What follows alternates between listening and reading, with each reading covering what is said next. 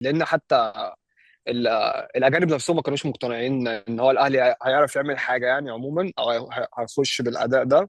بس كان في حاجه كده اللي هو ما اعرفش الاهلي ما خدش باله منها، هو اوريدي لعب ماتش باتشوكا وشاف الجو، فكان الجو فعلا كان الرطوبه بتاعته عاليه جدا يعني. فدخل الشوط الاول عملوا تقريبا نفس المجهود اللي هو عمله في ماتش باتشوكا. طبعا شفنا الشوط الثاني اللي حصل، البدني كله بتاع الفرقه كله وقع. يعني ف انت قصدك ان الجو هناك حرارته عاليه والرطوبه عاليه اه لدرجه ان هو ممكن تفقد اللاعب ميه كتير من جسمه وهو بيجري او بيعمل حركه فبيبتدي يتعب اسرع.